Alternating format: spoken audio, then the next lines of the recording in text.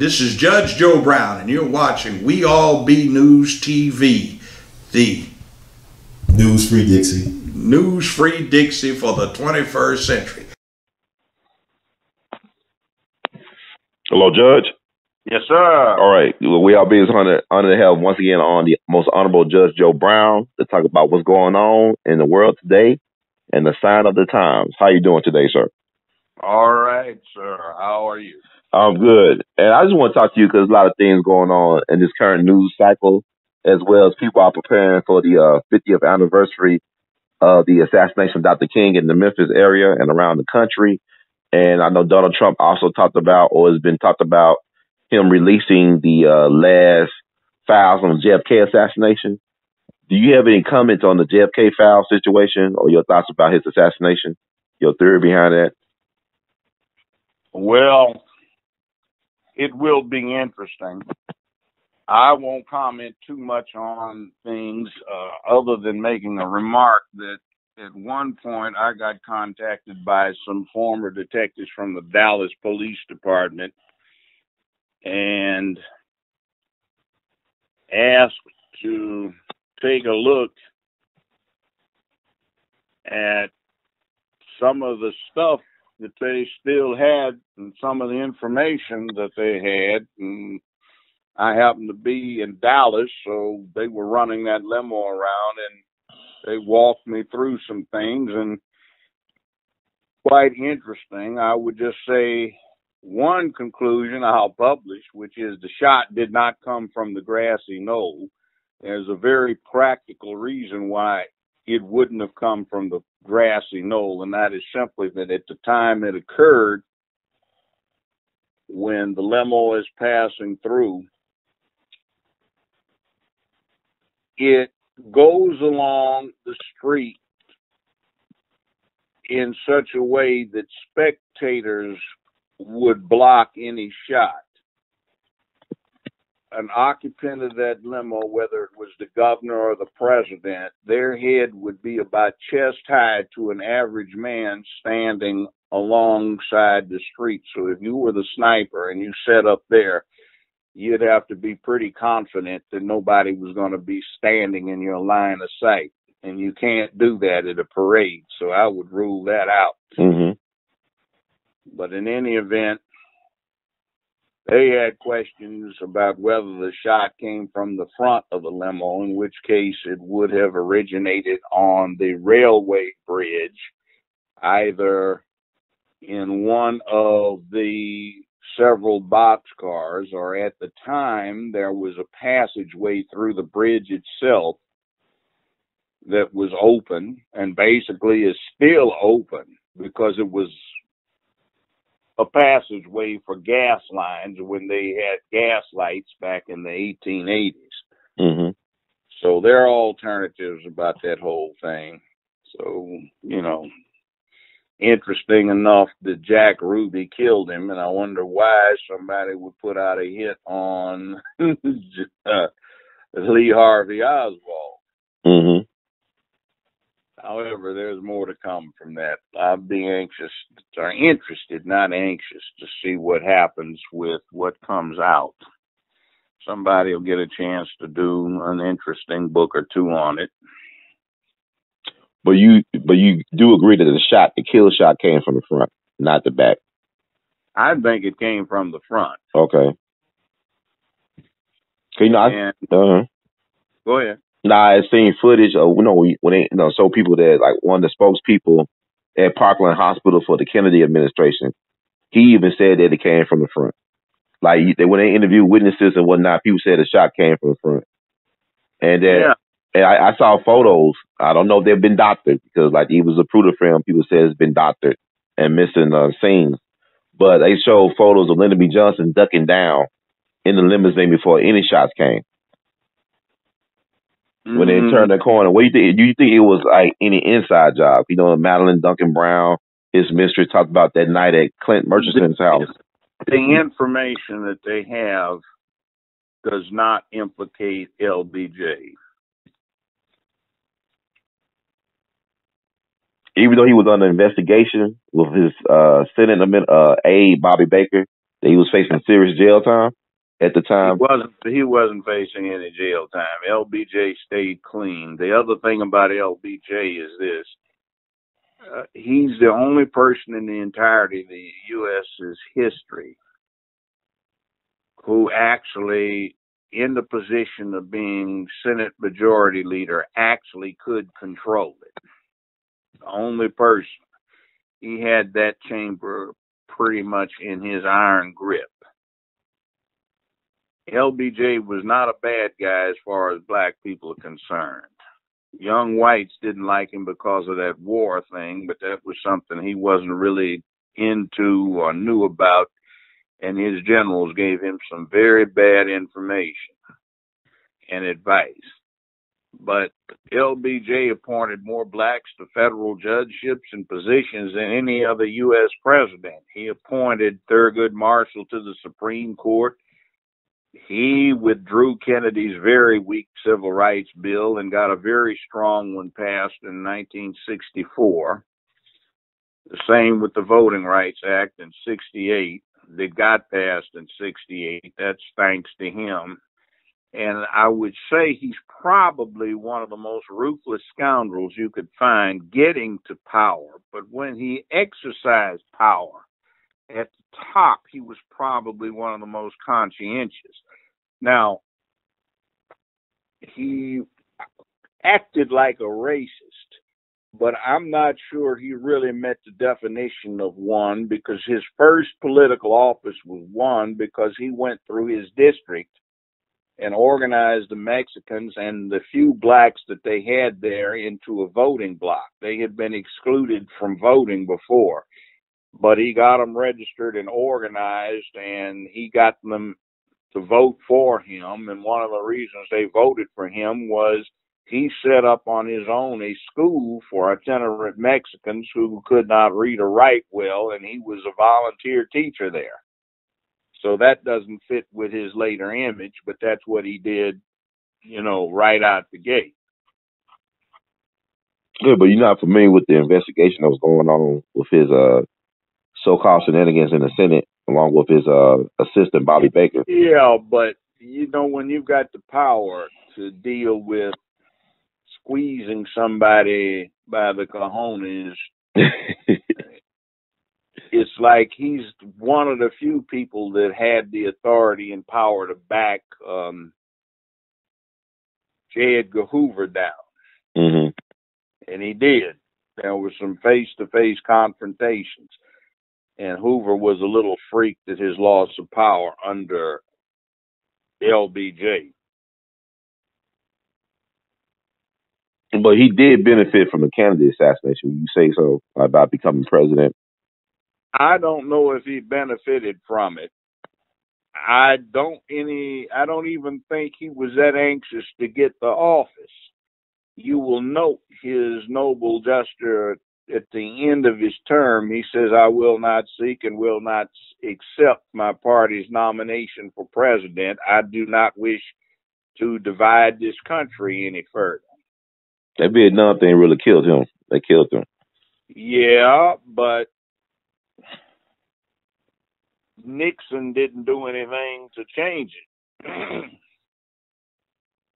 And the other thing, too, is everybody looked at LBJ with trepidation when he got the office of president. He was a Southerner. Mm-hmm. And a lot of blacks were all freaked out, in terms of what's going to happen to civil rights gains and all this other stuff. But he turned out to be not a foe, but a friend. And he gave this, I heard it. I was in high school. It was what I thought was a magnificent speech. He said, "When I represented the small district in the state legislature, I dealt with the interest of my constituents, and some people would have called me this and that from the outside. When I became a U.S. congressman, when I became U.S. senator, I tried to represent the whole state of Texas. And now that I'm president of the United States, I'm going to represent the country. for the best interest of the country, and that includes everybody, and some people are going to be shocked at the positions I'm going to take. Mm-hmm. So, yeah. There was a whole lot that he did that nobody expected him to do. And whereas Kennedy just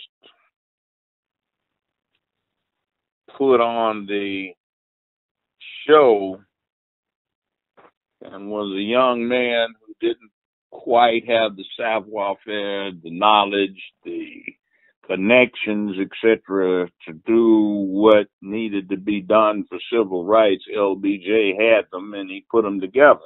Mm-hmm. He made the Civil Rights Bill a military bill so that the Southerners couldn't squawk about it the way they wanted to. It's got a preamble, whereas the U.S.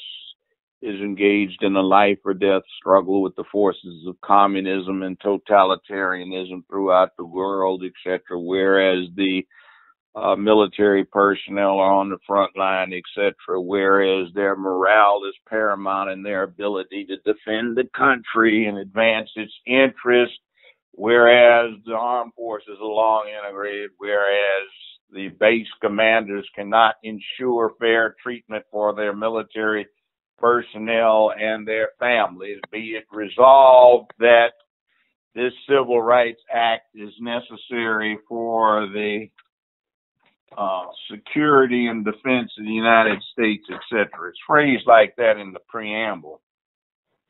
So he just challenged some of his Southern colleagues to dare him and let it be known that they were pro-commie by fighting against a bill that would heighten or maintain or ensure the defense posture of the country. So a lot of them backed off on that. It was a brilliant stroke. Mm-hmm. Got through, but that's LBJ. I mean, he was definitely a brilliant politician. I mean, he definitely was ahead of his time, I think, in terms of he knew how to get stuff done behind the scenes. But do you think that outside of LBJ, would you conclude in the Kennedy assassination that it was an inside job, that it did involve members of the intelligence community and other factions? I'm not sure about that. Okay. There's a White House tape that got released, that's been released. It was Eisenhower that started the White House tapes, not Nixon. Okay, I didn't know that. Okay. And one transcript reveals an interesting discussion going on between Bobby Kennedy, mm-hmm. McNamara, and I forget who else was in there, probably head of the Intelligence Committee. Mm-hmm. And they were worried about going to jail. And the subject was what they had done trying to get Castro, and they wanted to know who besides themselves and Robert Kennedy's brother, the president, John F. Kennedy, knew about what they had done. And somebody in the room says, well, there's one somebody that knows everything. Said, who? Says, well, Fidel. Said, oh, yeah, he does, doesn't he? And they had a discussion that touched on, what do you think Fidel's going to do? And it came up pointedly, he's probably going to try to do something against your brother directly.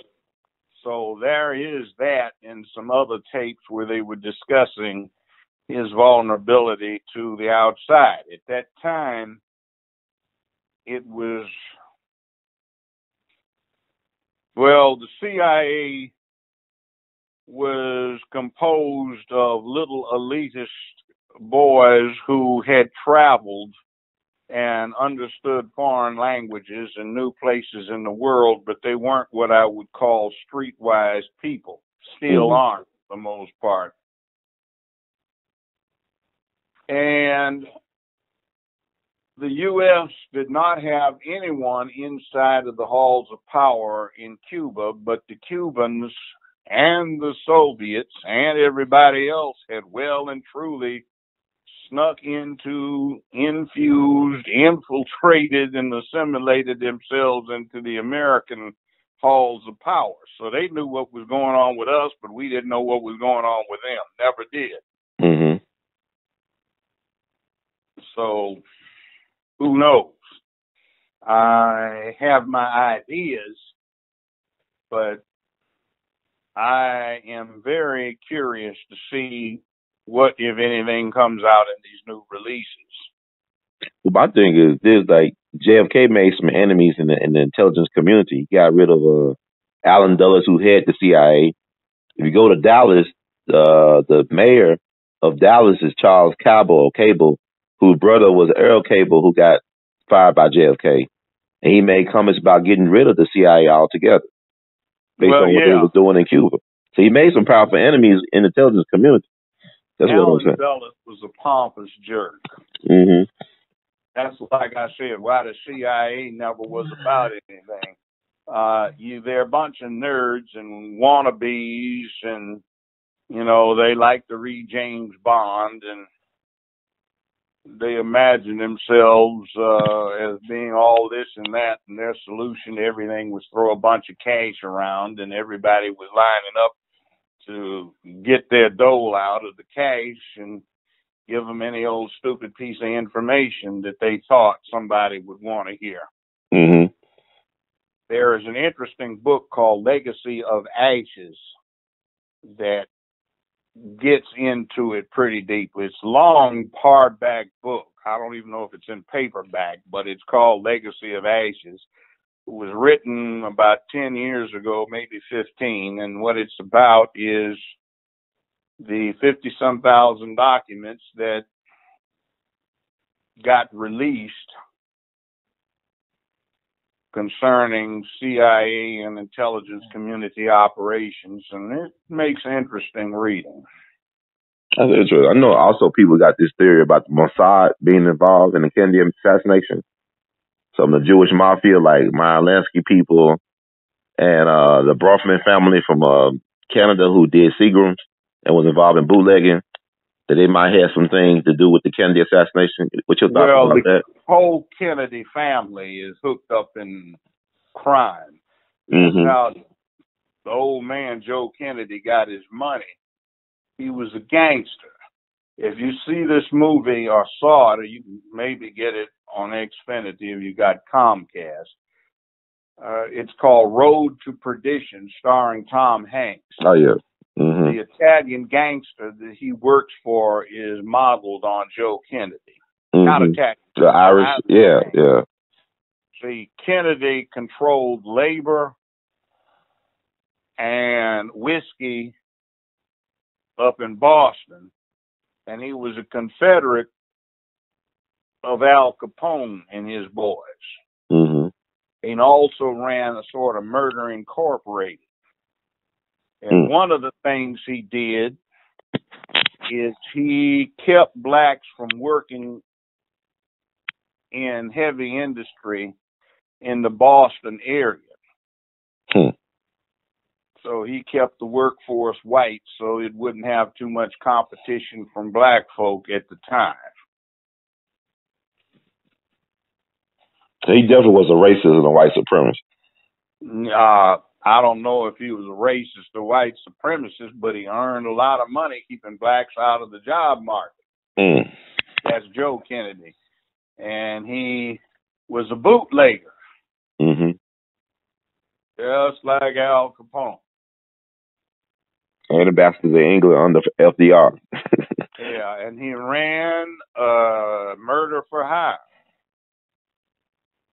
And the first chairman of the SEC, the Security Exchange Commission.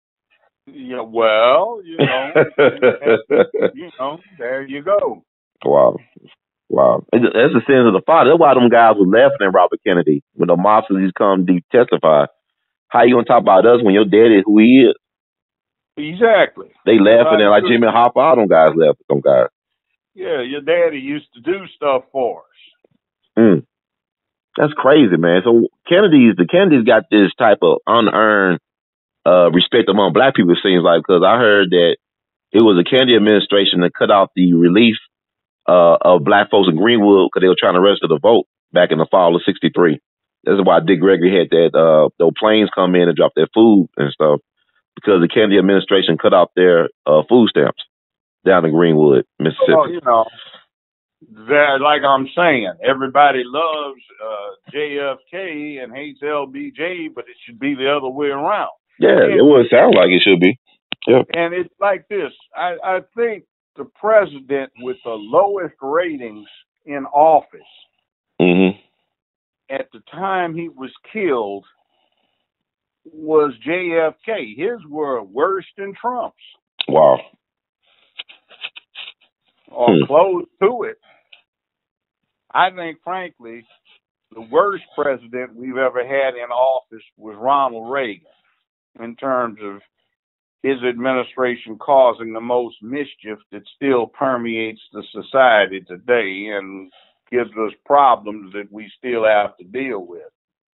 And George W. Bush would come a second place, and Barack Obama continued the policies of George Bush, if you're really objective in your analysis. So I'd put those three on my bad list. But Reagan's still so popular, though, for whatever reason. Well, no, let me say this. It's image. They hired an actor, and what he did was play out a script. He wasn't a real live ego. I'll give you an example. I went to UCLA, okay, undergrad and law school.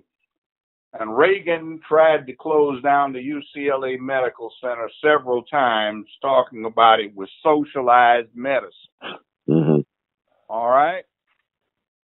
So what did the students do about 15 years ago? They don't know this, but they just go for all of the media hype on St. Ron, the ray gun, and they have a petition out that is a successful one to have the medical center named after Ronald Reagan, who tried to close it down. But they didn't know he tried to close it down.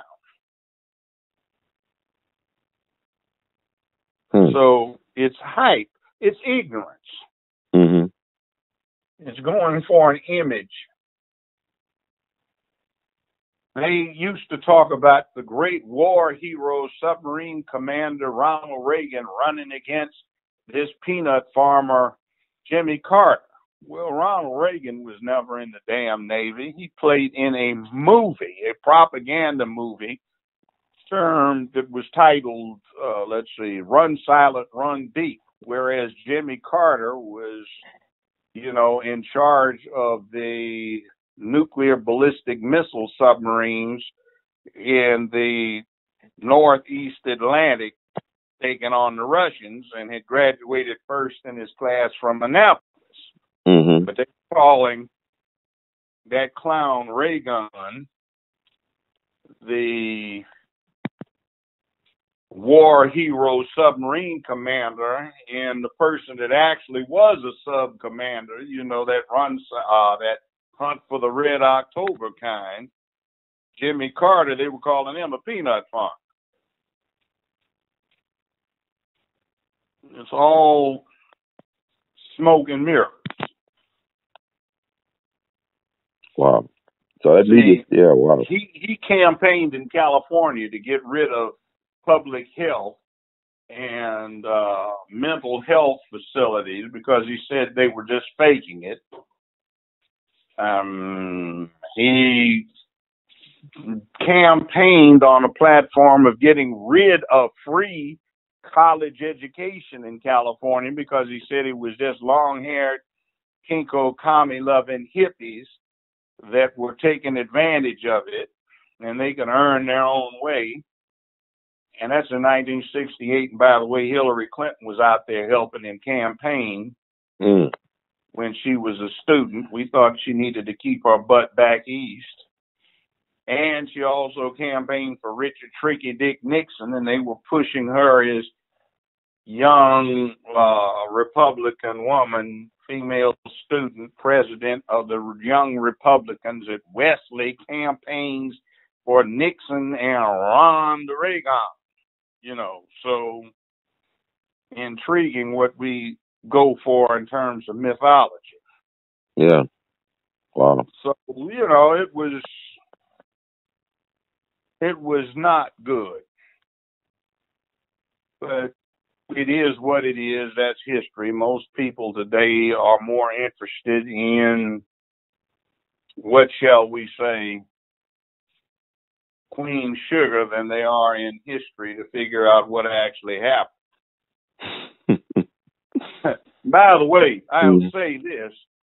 The one that tweets as Judge Joe Brown at Judge Joe Brown TV is me. Mm-hmm. There's some confusion, but I am the real deal on that. Yes, sir. I don't have a whole great number of followers or anything, but I don't have that blue check, and I don't feel like going through all of the stages to get a website just to get a blue check. Mm-hmm. But anyway, there it is. And all of these people in town on the 50th, upcoming 50th anniversary of the King assassination. Mm-hmm. So here we are. Yeah, I want to talk to you about it. Are you doing anything? Are you involved in any activities surrounding that? Nobody asked me. I definitely want to ask you because we're actually working on doing a People's Tribunal where we're going to help, be at a place, but also live streaming online where we can help people involved who was there 50 years ago or who just want to speak their piece to talk about what happened that day and the ramifications of that day. I went to see Dr. Pepper last week at the museum. I thought it was very unfortunate that the museum treated people where we could not even photograph or record or interact with the guest lecturer. That's the Civil Rights Museum. It's a fraud. Yeah, I'm going to boycott it. Yeah, thing fraud. Mm-hmm. I asked them, please do not accept that rifle, that 760 Game Master that belonged to Ray. Do not accept it as an exhibit. The DA's office asked them over and over, take this. You know why? Because it's no longer good evidence because the chain of custody has been broken and those morons took it. It's even a fraud. It's got a plaque on there that says founded by DeArmy Bailey. It was not. What happened is Chuck Scruggs from WDIA, the Walter Bailey that owned the place, not the one that's the county commissioner, Randy Wade and Joe Brown, that's me, we met at the Hawk Cafe down there on Thomas several times over the couple of weeks to talk about what to do with the Lorraine Motel. That Bailey wanted to sell it so it could be raised and developed. I suggested it be made into a museum. That was Joe Brown's suggestion. Mine didn't make a museum out of it.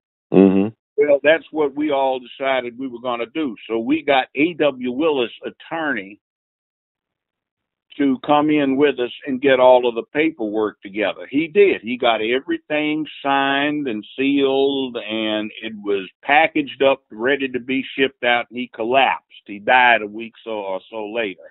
He had a very ferocious cancer he did not know he was suffering with. Mm-hmm. So what happened is his office needed somebody to mail this stuff off, so they called the Army, and the Army mailed the package off, and that's all he did. And they now have a plaque on the wall saying he was the founder. It's a fraud. And they've got all of these bourgeoisie folk down there that want to be so proper and have tea and wine sipping affairs and nibble on little cookies and wafers and stuff. That's what the place is about. Some of the exhibits are eye-opening, but it didn't even start off right.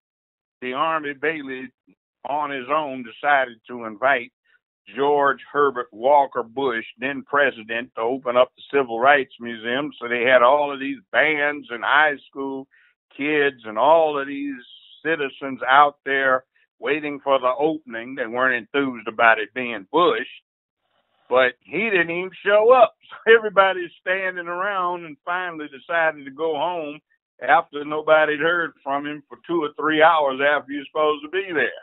Mm-hmm. They even broke into playing Hail to the Chief once or twice. Now, did Bill Clinton show up though when he was running for president? No, he wasn't running for president then. Okay. See, he didn't get. This is much later. Mm-hmm. So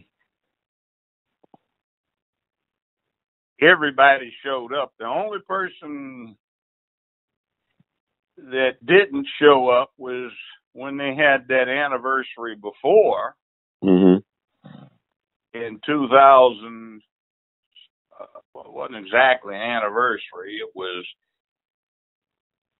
a commemoration. It was in 2016. You had Hillary showed up, Newt Gingrich showed up, most of the Republican hierarchy showed up, John McCain showed up, Black Caucus showed up. The person that was invited to be the keynote speaker, Barack Obama, who was running for president, did not show up.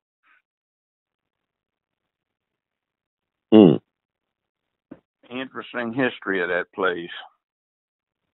Yeah, but I didn't like careful how they treated people who, I mean, they like the suppression of information. Like they had their guy recording stuff, but they said they're gonna put it in the vault for years or something. I said, why y'all gonna put something in the vault? Dr. Pepper did not say anything different that day than he'd been saying for the last 25 plus years. No, online. Different. Yeah, I just thought that was weird how they treated us. It was strange. Yeah, well, that's them. They're bourgeoisie, and they do it because they're being cultural. And you can see them sticking their little pinkies out as they sip coffee or sip red wine while they're nibbling on wafers and cheese when they have their things down there. Yeah, so I was thinking that we should have a people's tribunal where the community come out and support it and use technology to stream it online, either the day before or after, down the 4th. I don't really care to do all this stuff on the 4th. The only relevance of the King thing right now is this. He got killed because a criminal known as J. Edgar Hoover, who was a megalomaniac, who was probably possessed of a lot of black ancestry it's developing, was ashamed of it, decided he was going to take the law in his own hands. Congress made what he did and the powers that he tried to exercise illegal. Now with the Homeland Security Patriot Act, they have taken what once was illegal and made it legal and the law. So people should be very concerned about what happened to King because it illustrates what can happen legally now to just about anybody. A case of too much government power. Once unofficial and below the radar. And now it's the law, they can do it. You've given the government a lot of power that they often and frequently abuse. It's like the information age should be known as the, information age, the intelligence age, but in terms of we've made the job for Big Brother so easy. But that's another story. No, what about hey, are you familiar with Katie Sexton, the Memphis activist? I've heard the name. Yeah, the reason I brought her up, I heard about it when I was at the Pepper thing last week. Dr. Kobe Smith, one of the invaders, and some other folks was talking about her because now they're trying to say that Dr. King was killed at St. Joseph's. And somebody was saying, no, they killed Katie Sexton before him. She was, I guess, a wife of a minister, but she was a prominent Memphis activist. She was protesting outside St. Joseph's, I believe, became faint. They checked her into the hospital against her own will because she believed that if she got checked into St. Joseph's, she would not come out alive. And she ended up dying at St. Joseph's. Well,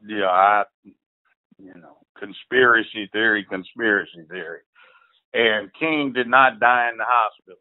his carotid artery got nicked by the bullet. And that was it. The bullet hit him in his upper right cheek, traveled inwardly,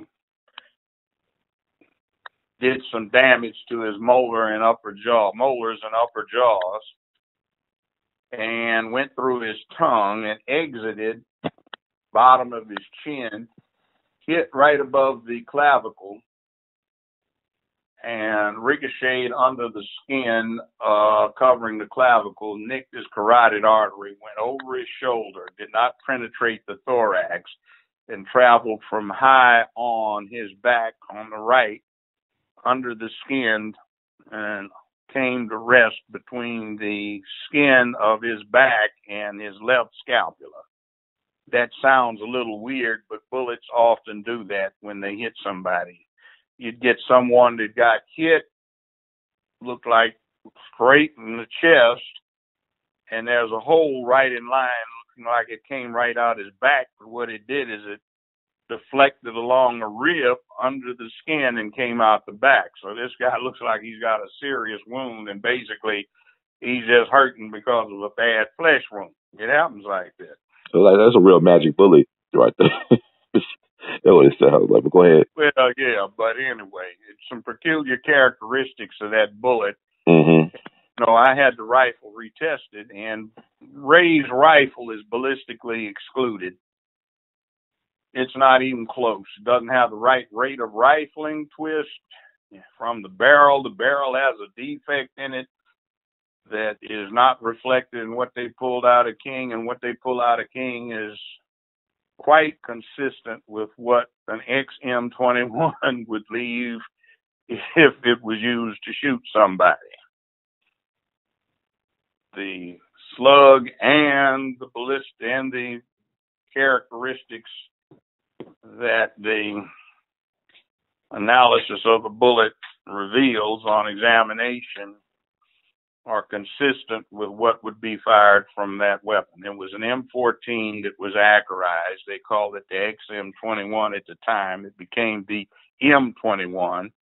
It had a special barrel with a rate of rifling twist at one turn in every 11¼ inches, made out of stainless steel, with a psionic suppressor on it, and a Redfield 3-9 variable scope that had been modified by a company known as Leatherwood so you could auto range with it. That means you don't have to do holdover. You could readily range estimate and dial that in with a special mount they had for it. It also came with a night vision scope. But the rifle at the museum is a fraud, correct? It's not the real rifle. That's the Remington 760 Game Master. I had it tested. It's not the murder weapon. Mm-hmm. Do you have a theory about what happened to the actual murder weapon? The murder weapon got left in the fire station. It was in the dormitory, and some hours later, some official people came in, casually packed it up, and took it away. And official people, like you mean like an FBI or MPD? Yes, that kind of official people. Okay. The FBI had invoiced 5 of those particular weapons late December 1967. Mm-hmm. The defense community was clamoring to get them back. So in April 1968, they did an inventory. They said they could only find 4 of them, and the 5th one was lost somewhere in their system. Oh. Yeah. Yeah. Ammunition too, special ammo, handcrafted, that is consistent with what they pulled out of King's body. Now, it's also to talk about the situation. I know it came out last week. I'm glad somebody Dr. Pepper made a point to talk about how Dr. King would, Lorraine Motel, that was the first time he stayed overnight at the Lorraine. He would normally stay at the Holiday Inn. And I'm glad because the museum for years been telling folks other stuff in their narrative about his relationship with the Lorraine Motel. Well, the business of civil rights leaders is to integrate places. Mm-hmm. You know, Lorraine Motel, I don't see, there's no reason why you would have someone of King's stature at Lorraine Motel. Mm-hmm. Lorraine Motel was on the whole track. That was, Right. Thank you. That was an hourly rate place where the hoes did their business. Exactly. And I suspect that it was picked because it was proximate to that fire station where they could do the killing.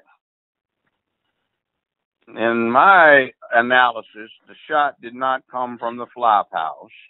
It didn't come from the bushes. It came from the fire station. Mm-hmm. Those sliding windows that are on the second floor or one of the upper floors of the fire station are where the shot came from. The thing about the bushes, that's just the way the sound was attenuated, and that's what everybody thought, because what they shot him with had a device on it that was designed to do just that.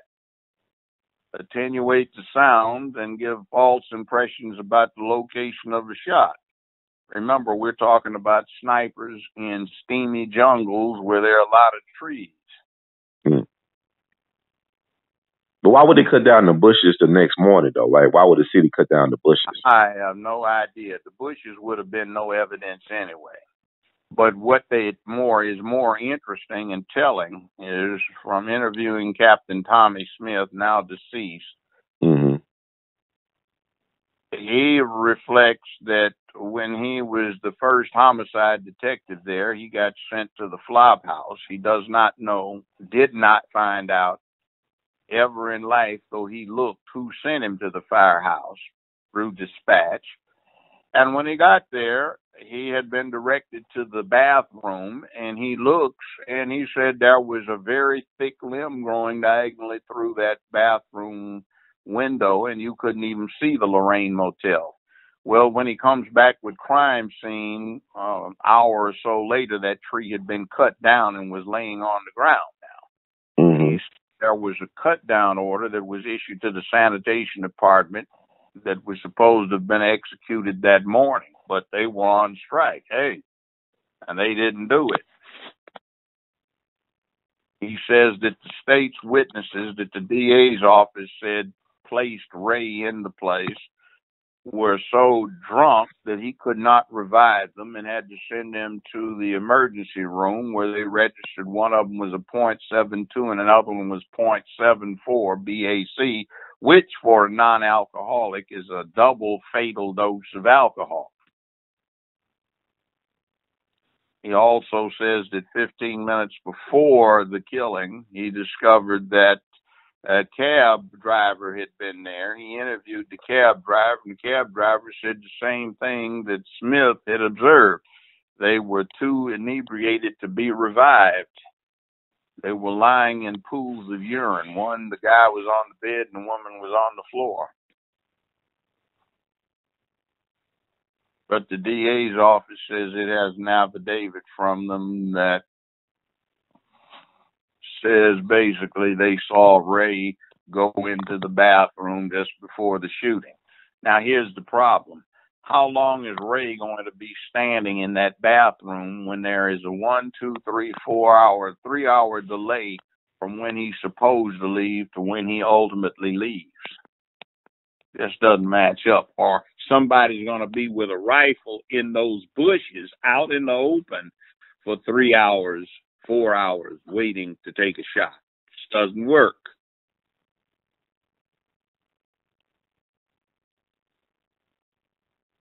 Anyway. I mean, that's something that we talk about. You know what I'm saying? It's important to have these type of talks because the museum is not really, they're suppressing information and they're going a certain direction with what they have been doing, which they have been doing for the last several years. And it's very disappointing because I believe that the museum should be an institute training the next generation of leadership and community organizing, but they didn't do that. They went another way with the money. Look. They just don't know. Mm-hmm.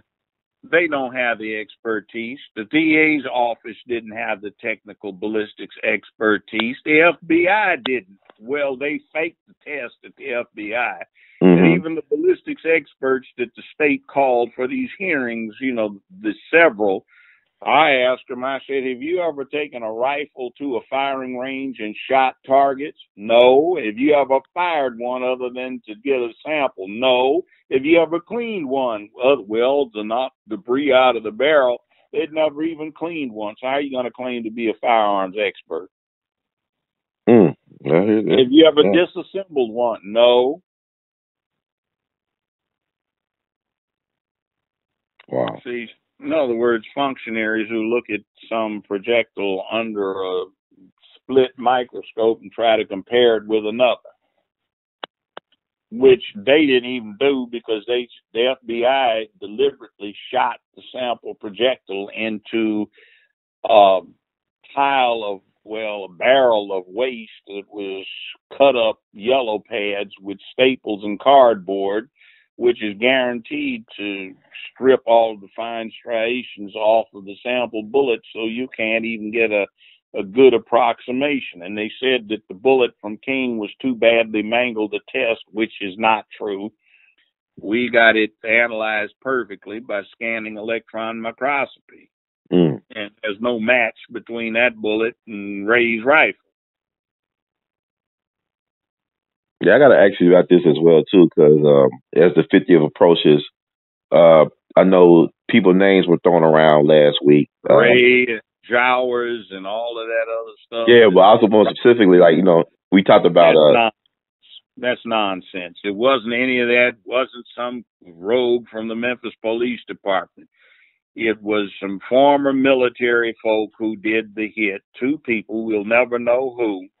And it was semi-sanctioned by officialdom, basically the FBI, who were personally ordering that all auditory and visual surveillance of King be cut off approximately 48 hours before the killing.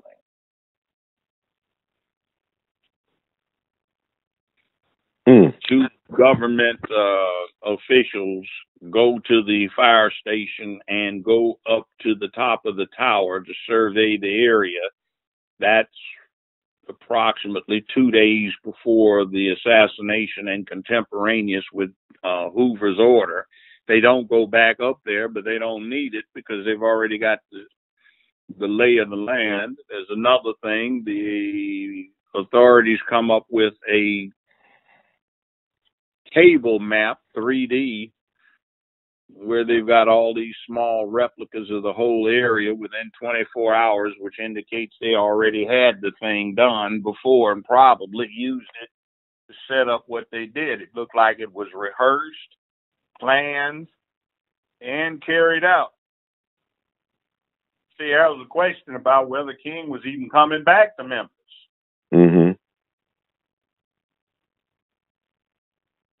I had a long conversation with Ambassador Andrew Young a few days ago. Interesting. There was somebody with him that was doing a documentary, and I was talking to a young man who was doing a documentary. Interesting. Y'all have to meet. And I had a crew that was working on a documentary some years ago, and we got a lot of interesting information. We haven't done anything with it. Nobody's interested in us doing it. And conveniently, throughout all of these years, even though I was on top of what happened, nobody wants my opinion except some local people or small people. The big guys don't want it. They've got a nice, convenient story that they don't want any chinks put in, and then you get stuff, these conspiratorial things where some kind of Dixie Mafia and some kind of this, that, and the other conspired with all of the weird named people, Jowers and Raoul and everything. No.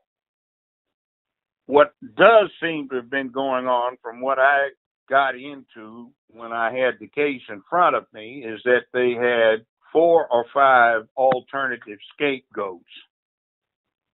And these guys were only too willing to think they were going to participate in what they thought they were participating in because, you know, they're racist and They were led to believe they'd be doing something for the country, but they weren't the gunmen because you weren't going to involve yourself on an official basis with bozos who actually would do the killing.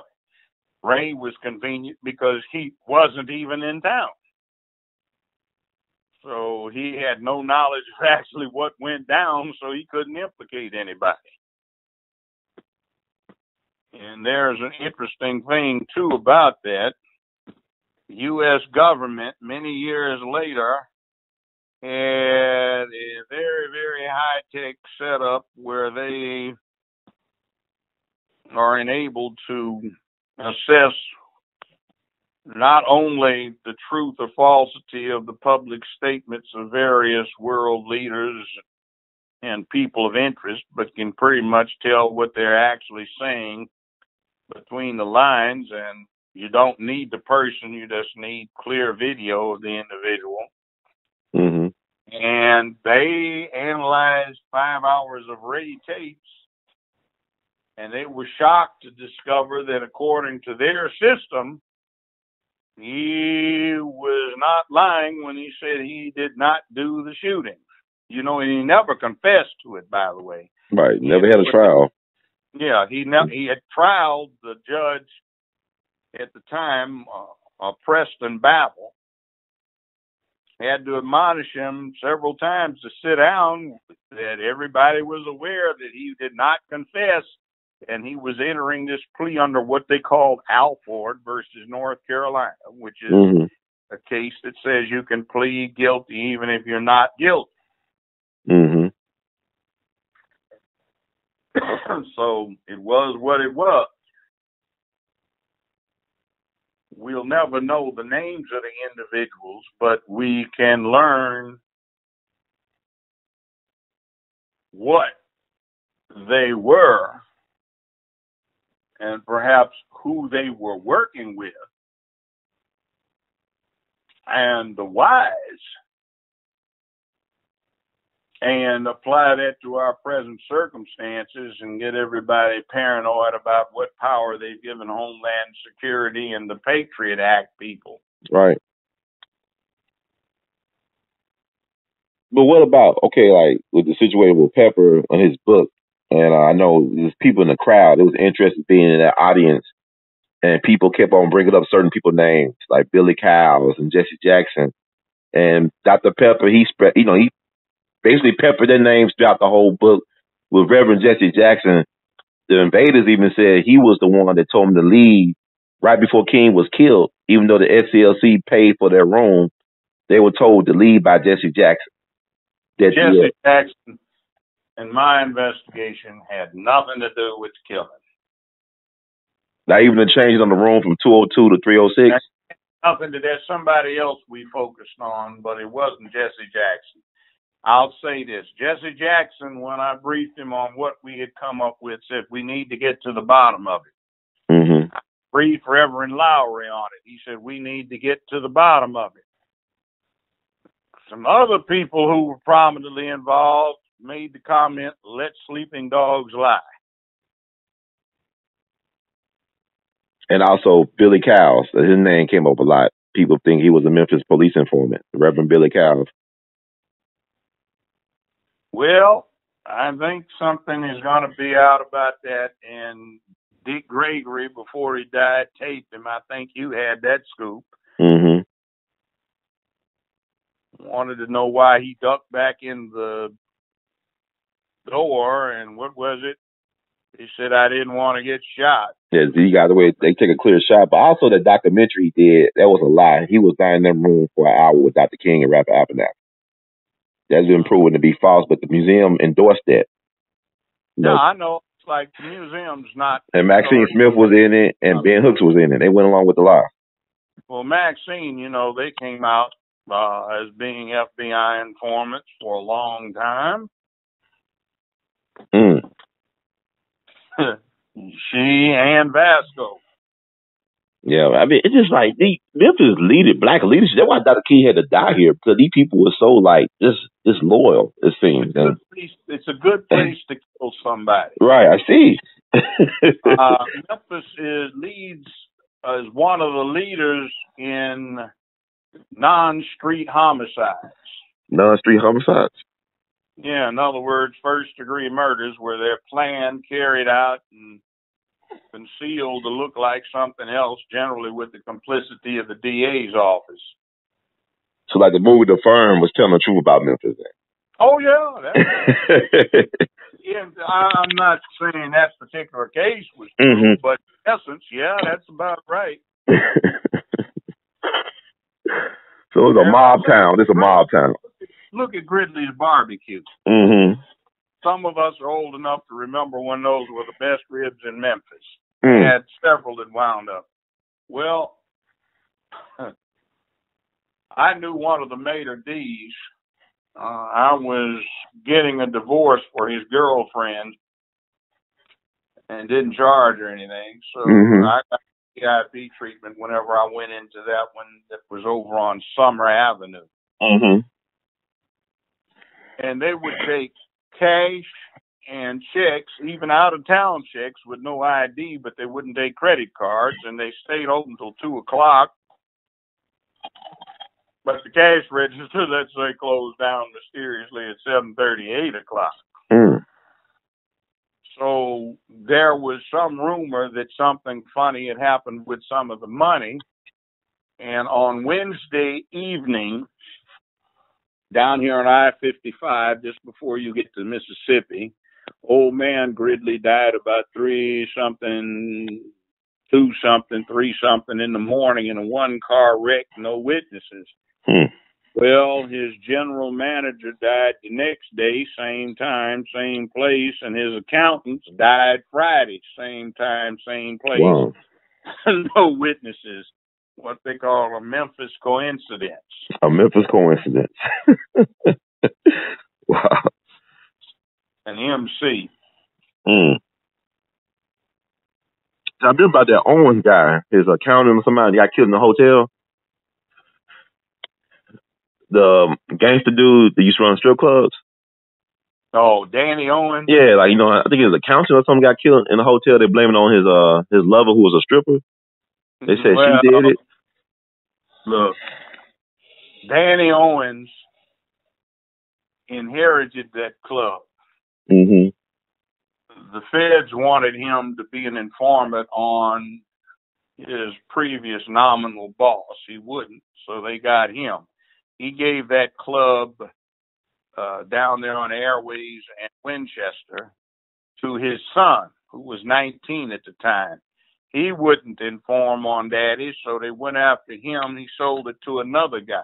Mm-hmm. Well, the feds couldn't get anything on the last guy, but Amy Wyrick, when she was an assistant DA, went after him and prosecuted him and got a conviction. And then in a published decision by the Tennessee Supreme Court from this 2000 affair, they set the conviction aside, dismissed the indictment, and noted at some length about her wrongdoing. And they noted that she perjured herself when specifically asked about it. She and her husband had been trying to buy that property, which now is nothing but grass, but was very valuable at the time. Mm-hmm. So she apparently prosecuted this man so she and her hubby could get the property. That's another one of her little crooked affairs. See what I'm saying about the DA's office? Yeah. Wow. Has been. So she had her own version of eminent domain, huh? Well, she shouldn't No, have it wasn't eminent domain. She trumped up a case on this guy. Yeah, I was her own version. I know it wasn't eminent domain, but it's her own version. That. She said post to jail. That was a good one. That was a good one, young man. Very good. So I mean, like, yeah, I just think that the truth need to come back. I just think that our children are being cheated because, like, it should be a part of the curriculum about what happened to Dr. King. Yes, it is. But you see, it's not convenient. Mm-hmm. You made a national holiday behind the man, so let's keep a myth. Right. Not that you got a scoundrel in the FBI that's supposed to have been sacrosanct, who is deep in the middle of it. And, Hoover had the same problem that this character, Clarence Thomas, does now. He's black, but he hated what he was. Turns out, in fact, they've been covering this on the History Channel a lot lately. Hoover had a virulent hatred of the Klan, and it develops that the causality of that is because the Klan used to regularly burn crosses on his parents' property. Why did they burn the crosses? Because the parents were passing for white, according to the allegations. And if you look at early pictures of J. Edgar Hoover, he looks quite a bit like young, or used to be young, Harold Ford Jr. You look at him later, and he's this old AIDS, liver spotted, old white man with a strange cast to his face, but he looks like he's got black ancestry. And that's what his parents got crosses burnt on their property for, because they were being accused of passing for white. So he had a virulent hatred of the Klan. I'm glad you brought up Hoover and also Thurgood Marshall earlier. Have you seen the movie Marshall? Yes, I have. What's your thoughts about it? I like it. What would people say, like, Marshall wasn't, like, that dark, like the colorism thing? No, the person that should have been playing Marshall was, what's this guy that plays the head of, what is it? Empire, is that the thing on TV? Empire. Terrence Howard. You talking about Terrence Howard? Yeah, Terrence Howard. But his voice, he got a weird voice, though. His voice kind of sounds kind of weird. Like he's crying all the time. Well, it may be. But he looks, Terrence Howard looks more like Thurgood Marshall used to. I met him, by the way, long, long time ago. Wow. But what do you think about the guy's performance, regardless of his look? Do you think he pulled it off? I thought it was a very good performance. Thurgood was actually a little more edgy. Thurgood was known to have a temper, and he was known to be very uppity. In the old time words. But I liked it that, they didn't try to have him going around half-stepping and shuffling and looking down at the ground. He got in folks' face. Now, there's a movie they're showing on right now on Comcast, usually late at night. It's called The Court Martial of Jackie Robinson. And they dramatized it a bit, but in essence what happened is he was escorting, or had in actuality,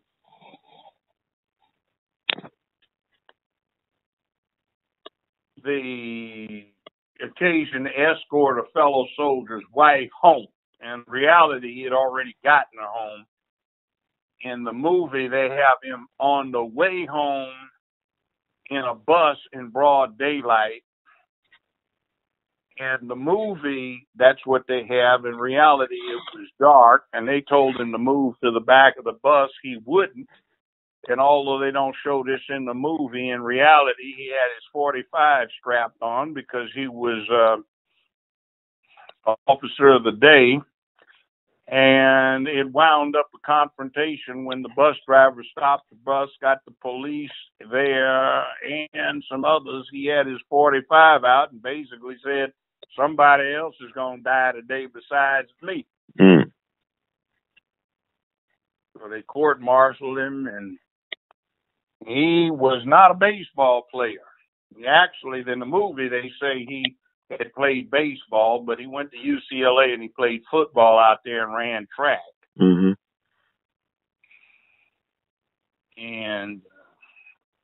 But he wound up doing what he did. So there we go. Yeah, I remember. I saw that movie years ago. Andre Braugher, believe he played Jackie Robinson. Yeah, he did a good job. I like him. I remember him from Glory. He was a good actor. And So I mean, it's important. I'm glad these movies are coming out. Are you excited to see Black Panther next year? I know you keep up with the superhero stuff. I like Marvel. Stan Lee did a good job on his comics. They're riveting. Mm-hmm. I know Thor is coming out, and then DC got their thing with the Justice League supposed to be coming out this month too, I think. Are you familiar with the Justice? Have you seen some previews of the Justice League?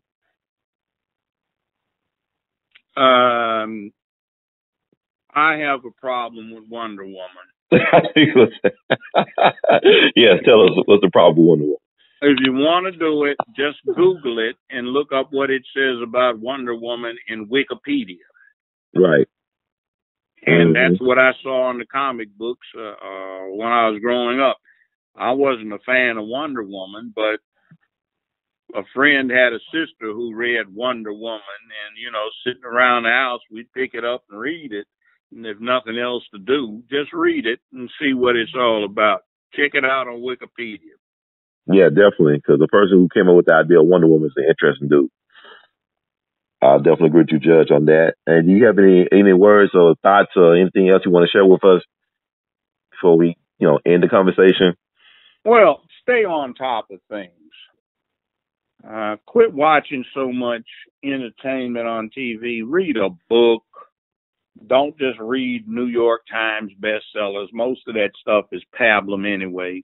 Go to the library. Use your cell phone or your computer to get into something of substance. Just put a topic in you're curious about, Google it, and start reading up on it. That sounds great advice. And also, Judge, we want to include you in the conversation. I'm trying to get together an event to talk about alternative narrative to what they've been telling us about Dr. King assassination. And we would love to have you a part of it. So I'm actually working on some logistics about that now. As I talked to you, you gave me some ideas in my head to think about. Yeah, I think that the museum was disappointing. Somebody told me years ago, it was a janitor that we used to work at the museum. He basically called the folks at the museum nincompoops. The black man said this. He called them nincompoops. This was a custodian, man. He said, don't work with these guys. They nincompoops. That's what he told me. I said, we're nincompoops. The custodian said that. Yeah, well, they're a bunch of little bourgeoisie wannabes who are posing for social, they want to be part of the refined society in the city, you know? I see. But my thing is, we need to have real power in the city, real leverage. We need to organize around that. And it's like what Malcolm said about message to the grassroots. Get with the organizations that are working to help you. He don't care what type of organization or what they believe in, as long as they're helping you become a better version of you. Get with that organization. Do some things in the city, because they're not doing anything but taking money. And it's like Pitt High, he just look at that as his playground, as his crown jewel. He has no investment in the liberation of black folks in the city. He has none. And somebody called this, and people call this, her sister told me, she think about the so-called black elites here as the black Camelot, Negro Camelot. She called it Negro Camelot. Well, the black elite here make a big show of being connected with the people here, but in actuality, most of them are not. There is a great divide. You see, on one side, the standard of living is one of the highest in the country, and on the other side, it's one of the lowest. Property doesn't cost much here for what you get. So you can get something that would be extremely expensive elsewhere here for a reasonable amount of money. And if you are in this elite class that is what I'd call upper middle class, you can really do well in Memphis.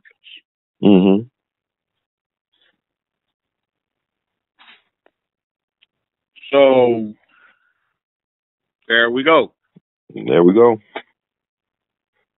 And they're nice, what I call nice nasty. You know, you're nice, but you don't want to get your hands dirty with anything. After the thing is done, they all pile on board the wagons so they can claim some involvement, just like the Army being credited with being the founder of the Civil Rights Museum, which he's not. But people go along with it, right? And it's like no, they don't know. They don't know. They're just being trendy. And and what have you had? Oh my God, Susan, did you read what the commercial field said about so and so? You know what's interesting too? Bring up Dr. Pepper's book. He mentioned you in the book. Somebody named Nathan Whitlock. He allegedly confronted Frank Strasser, the MPD officer who's supposed to have been the guy who shot Dr. King on the balcony. Years later, they say he's a cab driver in the city. At that time, he was. And he used your name. He said, when Judge Joe Brown becomes DA, he's going to bring up charges against you. And Frank Strasser, his reply was something interesting. But it's actually Dr. Pepper's last book. What did he say? I'm interested. He said something like, it happened a long time ago. Like, he was scared. He said, Judge couldn't touch me. That happened some years ago. He couldn't do anything about that. Yeah, if I hadn't been elected DA, I would have reopened that. Yeah, that's what they were saying. Yep. I'll take a picture of the passage and send it to you. I'll text it to you. But it was interesting. Yeah, I appreciate it. Yeah, but he mentioned you. Bottom line is, there's a lot of people that work for the DA's office actually ought to be in jail. Current and previous. Not all of them, but some of them. Well, I know how you feel about Amy Wyrick, so I think she's one of them. she really ought to be in jail. And if we had had a U.S. attorney who wasn't so anxious to become a federal judge at a young age, we might have gotten some justice and some investigation done on Wyrick from the U.S. Attorney's Office. However, I think the young man was promised by Lamar Alexander that he would be made, even though he's nominally a Democrat through the Obama appointment to the U.S. Attorney's position. I think he was promised a federal judgeship. However, what happened is they yanked his name and submitted a white guy, a nondescript someone who's now been confirmed as the new judge. I mean, it usually they know how to dangle stuff, some biscuits. They throw biscuits. But you see, the bottom line is you shouldn't be about that. You should do what you're supposed to do, not for personal gain. That's one of the problems around here. Too many of these Negroes in Memphis that are so-called African-American leaders, well, they are after the gain that they can get if they walk the narrow line instead of doing what they ought to do. I'm going to digress slightly. The best statement about what they ought to do is what W.E.B. Du Bois said more than 100 years ago. The problem with the 20th century is going to be the color line. And perhaps the solution for the colored race is that it should be bootstrapped by its talented tenth. In other words, the upper tenth of the black race, who by dint of education, enterprise, intelligence, and situation will be able to bootstrap the rest of us up. Now, I've never forgotten where I came from, so I always try to bring people along, and, I don't go to all of the fine restaurants. I'll go where we are, and I talk to people. Anyone wants to come up, you can talk to me most of the time. I might be trying to read a book, but, I'll put it down and talk with you. But some of the rest of our elite, they're just fronting it off because it's a nice social thing that looks good on a resume. Or they can say, when the next cocktail party is going on, they can talk about what they were doing. It is what it is.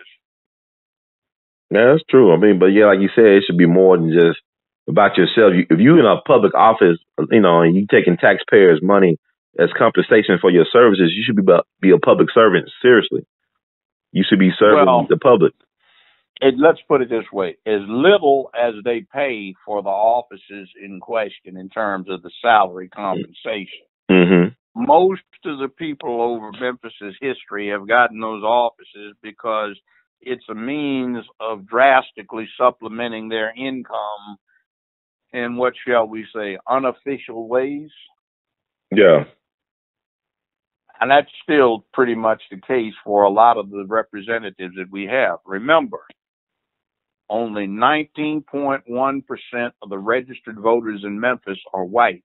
Only 24.8% of the registered voters in Shelby County are white. And then take a look at what's going on in terms of government and see how that matches up. I see your point. The thing everybody needs to do is collar these black county commissioners, every single one of them, and demand to know why they have not endorsed a resolution to replace the deballed voting machines, especially since the feds have had money up for the last 9 years to do so.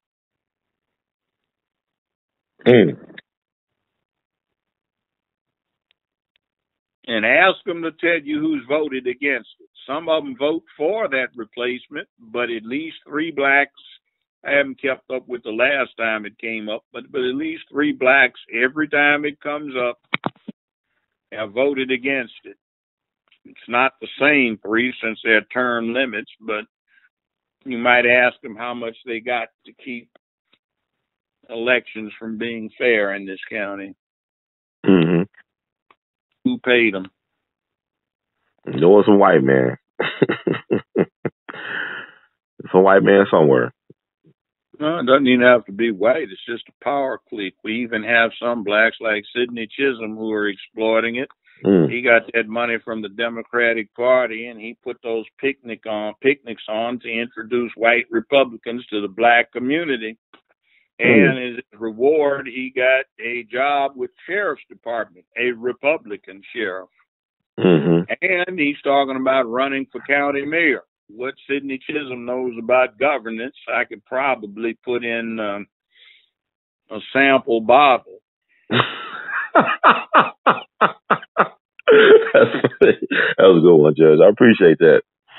But, he's running. So what is that? To divide the vote again? What about the young folks, the young lions like Lee Harris and Tammy Sawyer and I think Akbar? Get some seasoning and know what the hell's going on. We don't need young, new, and improved. We need people who are proved.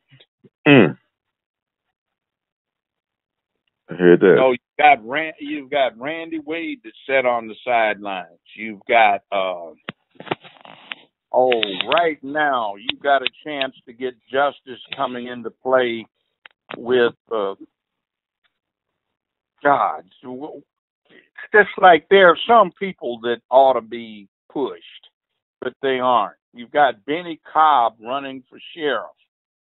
And they've got some bozo that the Republicans endorsed. Hit him, but Benny Cobb.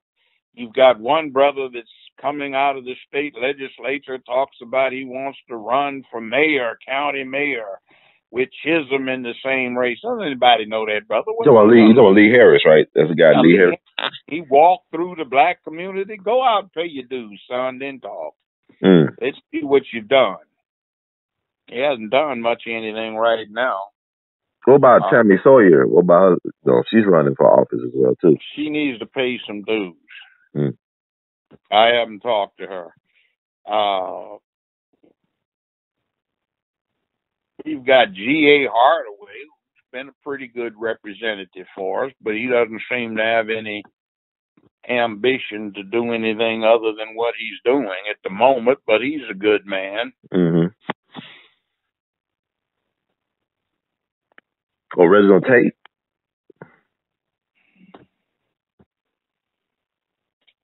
Let's see what he does. It's like what was lacking is a person with a big vision. You need that. Because even when I talk to you about certain things about how Memphis could really blow up, you talk about the distribution, piece, being a major distributor. We already, the hub of the country when it comes to distribution, but being more of an international player. And I like the ideas you had presented to me on previous conversations about how we could become more of an international, distribution giant. Because we already set up to be that.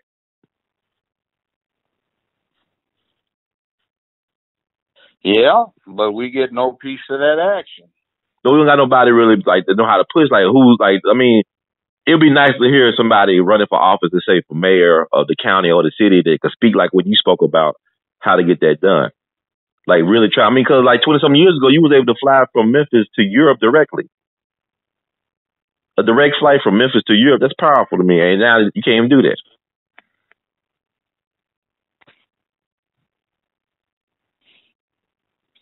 You can't. And by the way, you don't have any direct flights like you used to. You don't have nearly as many as you used to between Memphis and the West Coast either. Yeah, I know. I go on I try to take the direct flight to L.A. I did the last couple of times. They got one to Vegas now. They got some direct flights to Vegas to another airline, some new airline, I think.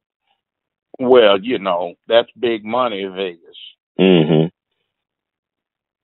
But I just think the people here they play themselves too small. Like people in Memphis we don't think like we don't think big enough to take the risks that we should take. And a lot of us don't really believe in ourselves to do that. And that's like one thing I'm trying to change with the mentality of some of my people, with the Jimmy Lunsford thing. Like, when we had presented before those kids at Manassas, they were amazed that, people came out this community, out their school, that have done some like incredible things and that they got the chance to do those things. Even the teachers were amazed at the presentation because their music program still ain't been rebuilt in 10 years.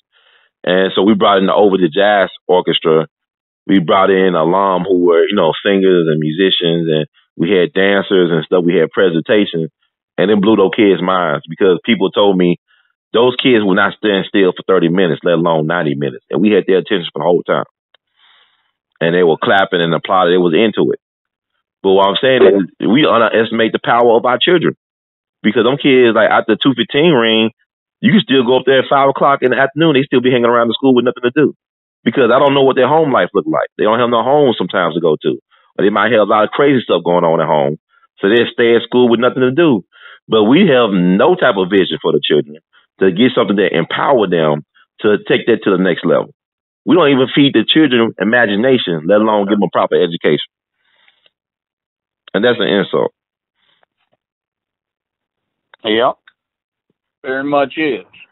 Very much. They got a great alumni association. They got a lot of retired professional black men and women. They take pride in raising money. But I look at the school where you got kids graduating, they can't even read their diplomas. Not just Manassas, but all over the place. You got functional illiterates. Well, that's what they're saying. They should be rewarded. They shouldn't be left to feel bad. They should at least have a certificate of attendance. So everybody that's what it is. Because their feelings will be hurt. Well, big dummies, get yourself together and do the work. It's free. They've got a museum or old mansion, ramshackle thing from before the Civil War. Mm-hmm. And they've got all of these secret little nooks and crannies down underground in there, mm-hmm. and a tunnel to the river with a little mining cart track down there where slaves ran away in their bare feet in the snow and hid under there, no bath or anything for weeks to get away from slavery and trying to learn to read and everything. And then these clowns today, they can get it free of charge and you can't get them to go. I mean, but who gonna tell them that is valuable? I look at the people who's patrolling the asylum. They don't instill anything of worth in the inmates. People blame the inmates for the condition of the prisons, but really it's the folks that are the administrators. I look at the educational system here as a joke because I talk to educators a lot. They don't know the shit that I know about certain things, but yet they the ones that set the policy. I ain't gonna get too much into it, but I just think that people undersell themselves if they allow the system to dictate who and what they can be. If you allow people that got low expectation of you to set the bar for what you can go in life, you'll never exceed or excel at anything. And these folks got such a low opinion of black folks. I'm talking about other black folks who've been conditioned, got such a low opinion of black folks in this community. Just like the museum got such a low opinion of black folks in this community, that they think that we should be happy just to be sitting up at the Ford Theater Company, sponsored by white money, for somebody to tell us about who we are. You know, they wouldn't have no jobs if Dr. King didn't die there. You know, and the sanitation workers, they still didn't get what they were supposed to get 50 years ago. And you lost a king, and y'all settle. You don't compromise when you lose somebody like that. You go for what you want. But yeah, we settle. We, like you said before, we don't know how to fight. We never have been really forced to fight unless we fighting for white people. See, we good soldiers for everybody else. We won that Civil War. We won the West for white supremacy. When it comes time to fight for us, we don't fight for us. We always settle and sing church songs and stuff. Oh, yeah, that there you go. Settle and sing church songs. Yeah, I'm tired of that. You know, I when they start singing church songs, it's something that's supposed to be dealing with a political matter. I want to get up and walk out. That's how I feel, Judge. I feel like black on black crime. I feel like that too. When people start talking about black on black crime, I said, no, what? You know, I got to end this conversation. Yeah, it's like, oh, no, we're going nowhere here. You guys want to have your Sunday party instead of dealing with some political business that needs to be dealt with. I know we're not serious. I mean, as a group, it's like it's Arrested Development. We the world's oldest teenagers, black Americans. They won't let us grow up. That's a good way of putting it. We're not allowed to be men and women. That's what I'm saying. We got to, like we said, we need some man training. We don't know how to be. Yes, sir. What's your thing? We all be? We all be, yes, sir. But like you said, that man training is so much needed right now. Because black men, we just hide behind these sisters. We let these sisters talk the way they want to talk to us and talk down on us. And a lot of times it's warranted because we're afraid and refuse to be men. Let's put it this way. The best way I can describe most of the young brothers that are running around trying to be hood rats is they're lesbians with penises. I like that. I love it. Yes, sir. They got raised as a girl. They like the things girls like, and they like girls sexually. They just happen to be not lesbians, but they are lesbians with penises. Yes, sir. That's the best way I can do it because, you know, this whole thing about protect, honor, serve, you know, duty, obligation, accountability, they don't know what that is. It's like even you get an Italian neighborhood, you got the mafia running the place. They don't let all this chaos reign up where they live. They keep camp down. I mean, they may have rivalries for the business, but they act as a government to keep the peace where they are.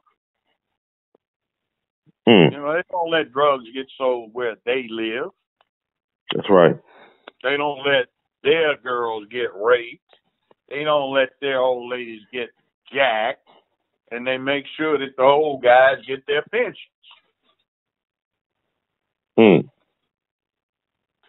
You're still not right, Judge. See, so what do? We prey on our own, a bunch of little cannibals running around. And then the latest little trend is to lament all of the good brothers that are in jail that need to be let loose. Well, then man up, damn it, and don't plead guilty. Make them go to trial on it. Why'd you plead guilty, young man? Well, I got scared. I didn't want to don't talk to me.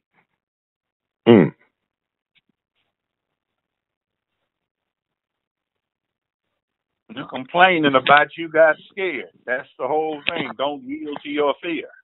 Don't yield to your fear. That should be a T-shirt. Don't yield what being brave is. Don't yield to your fear. Well, Doug, thank you so much.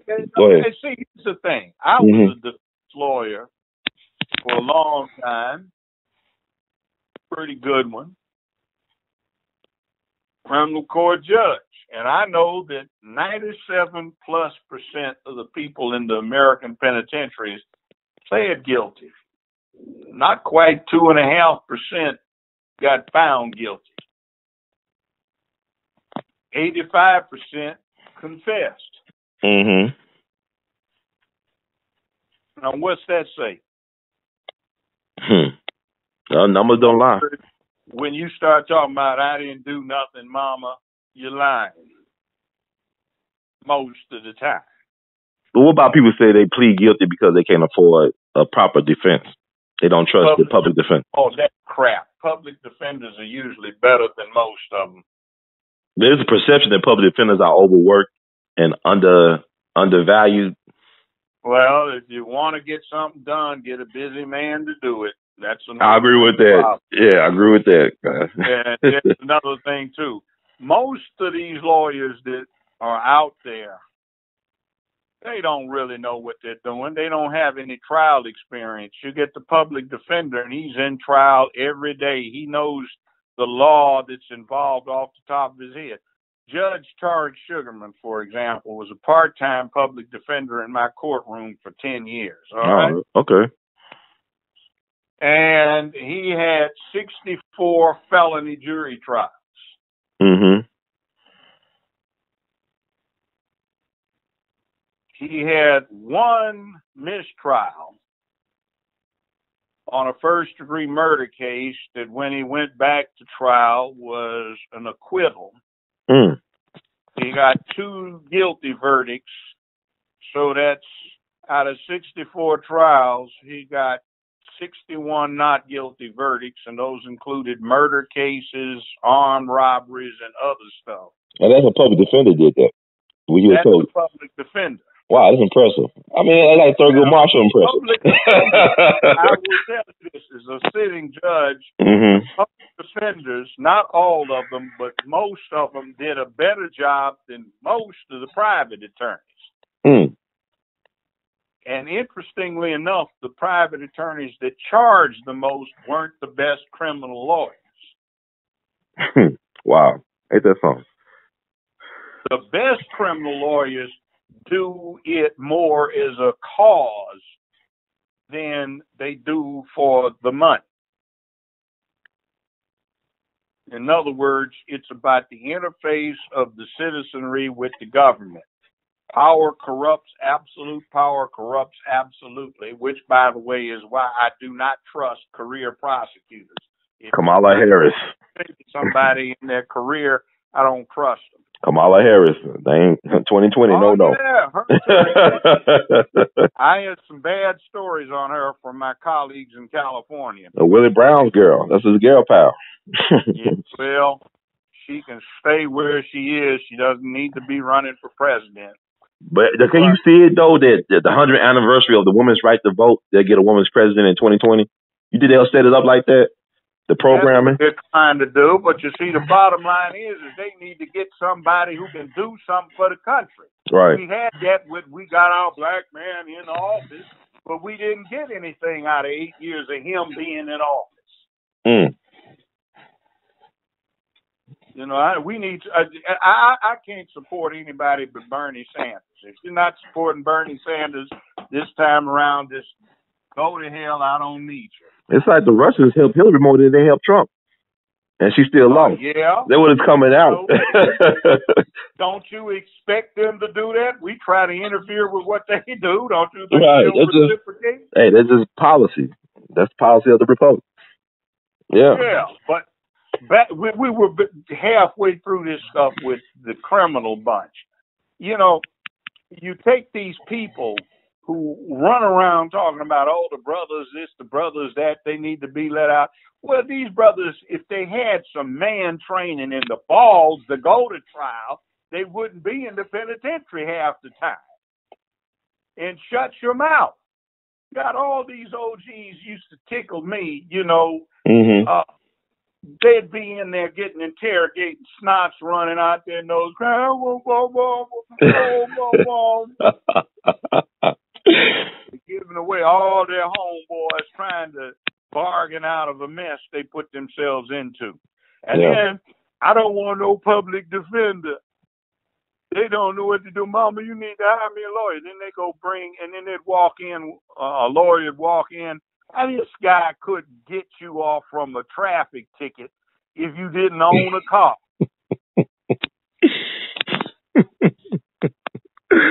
I hear you, man. Wow. This people gonna be interested. If you've been in Paris the whole time you supposedly ran the red light, and he could prove it with a letter from the consulate, the U.S. government, he couldn't get you out of the traffic ticket. And here they walk in with him. I got me a lawyer. Well, anyway, I was talking about Judge Sugarman. So I remember one time, I don't want no public defender. Blah, blah, well, Mr. Sugarman, I'm sure will be able to adequately deal with your situation. So he goes and, you know, you can hear some of this stuff going on recess. And yeah, mama winds up spending all this money and somebody walks in. It's probably the worst somebody he could have hired. And the damn thing about it is Sugarman had gotten it so that the state was going to drop the charges, null prosecution charges. So this lawyer walks in, and I was going to let him, you know, go ahead and join on in. I kind of knew what was getting ready to happen, but it was the point this fool wanted proved to himself. So a month later, he's still in jail. He could have been out, but this lawyer wants to plead him out to 5 years, so I refuse to take the plea. I just said I'm not going to allow that to happen. Your public defender had worked out a situation where the charges were going to be dropped on payment of costs, and now you brought somebody in who's going to plead you out to 5 years. The court will not accept that plea. What the guy say? The defendant. He didn't even know it because he was so anxious to. He wanted a real lawyer, you know. And got one, but you know that happens. Some private defense lawyers are pretty good, very good. Some of the public defenders are pretty good, very good. Yeah, something though, man. So when he's able to finally get out though. That excuse about you couldn't afford, you know, a lawyer and you know the public defender did you wrong. That's crap. See, I've had folk confess to me about all kinds of wrongdoing stuff. Then you hear, Mama, I didn't do nothing, Mama. They didn't put the case on me. Right. You know, Mama going, you know, that's her baby. Yeah, you can't discuss the case with Mama. She's not your client. Right. But your listeners, well, fool, what's wrong with you? Well, me and Mama, man, if you do that again, I'm withdrawing from this case. That's right. Well, actually, he's a bad fool. I heard that. So the guy was able to get out eventually? Instead of serving 5 years, was he able to get out of jail? Yeah, but he spent 3.5 months in jail that he could have not done. So he did it to himself then. That's on him. Did it to himself. Well, let me ask you this about BErnal Smith, the one who was the traffic defender publisher. Do you have any thoughts about him and his legacy? What is that? BErnal Smith. Yeah. What are your thoughts about him, the former publisher of Tri-State Defender who passed away at the age of 45? You have any? That's tragic. I met young BErnal when he was a student over at Rhodes College. He invited me over there to speak. He's a frat brother of mine. And he had his heart in the right place, always did. He meant well. He tried to do what he could do. The experience was coming to him, but he was just at that point when it was all getting ready to gel. You know, there's a point in a man's life where you may have the book learning, you may have the ideas, you are learning about people, but you have to have the stature that just comes from male maturity, you know? And it all comes together. So from 45 and up, generally, that's when you start really doing your heavyweight stuff. He got taken from us a little too early. That actually was the same problem with Martin and Malcolm, by the way. They weren't even 40 years old. They hadn't even come into their full power. Mm. But it is by design, though. I mean, that's the system. I mean, Mega was 37. And I know Steve Biko and Patrice Lumumba, they all was in their 30s. Even Che was in his 30s. Yeah, I know. But you really don't get into your power. And you see people like, maybe, since you're talking about Che, looking for this. Mm-hmm. Yep. You see, look at Mao Zedong. You know? Right. Look at Stalin. Yeah. Look at Putin. You know, you get people in power. See, LBJ. yeah, LBJ versus Kennedy. Right. Because Kennedy was just 46 when he died. Like, man.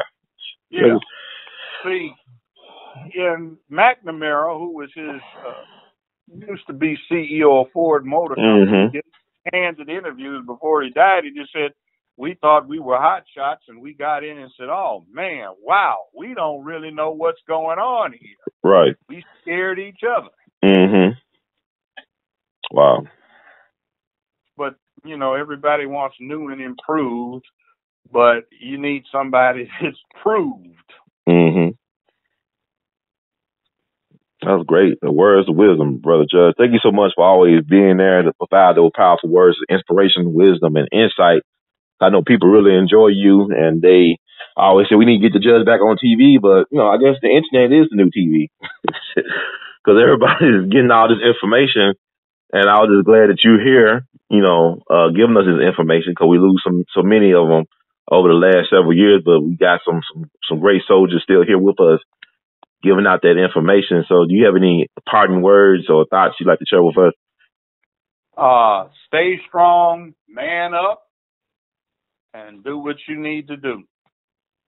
Thank you, Judge, so much. In the words of Great Duke Ellington, we love you madly. Keep on producing and pushing. And please, people, follow Judge Joe Brown on Twitter at Judge Joe Brown TV. We'll post that in the video as well. Thank you so much, Judge. Thank you, brother. Yes, sir. Peace.